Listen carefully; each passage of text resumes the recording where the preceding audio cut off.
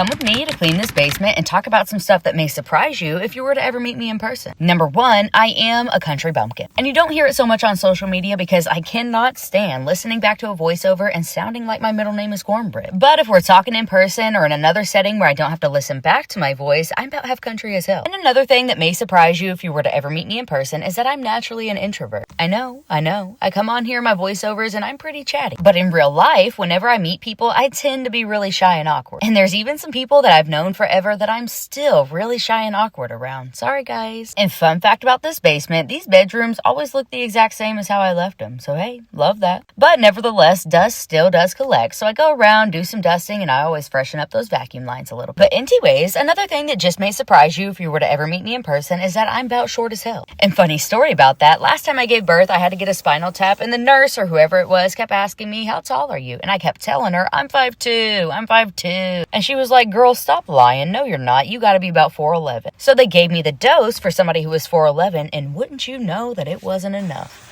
But she actually really wasn't that far off because I am 5 foot even. But don't tell nobody I told you that now, okay? On that same note, something that seems to surprise people, and probably because I'm so skinny and petite, is that I do have 3 children. And it might also be because I don't fit the traditional mold of what some people think that a mom should be. But ironically enough, I've not only grown okay with that, but I've grown to a point where that's something I actually love about myself. I love that I'll never conform my kids into who I want them to be, but instead I'll always give them a safe space to grow into whoever they want to be. So I may not have my shit together, I may be covered in tattoos, and I may cuss a little bit too much. But they do say that having a weird mom builds character, so hey, we'll see about that one. And one last thing that may or may not surprise you if you met me in person is that I am an empath to my core, which is actually why I love what I do so much. Being able to provide free and affordable cleans has always been about so much more than just the cleaning. Because don't get me wrong, my mental health still isn't perfect, and I'm still growing and evolving every day, but there was a time where my mental health completely took over my life and who I was. Even though I may never be in the exact position that any of my clients are in, I know what it's like to struggle. I also know the power of just one person being there for you in that time. So for that reason, I'll always help somebody in need, and I will never hesitate to give a stranger a compliment. Hey, but thanks for watching. Make sure to give me a follow, and of course, love you.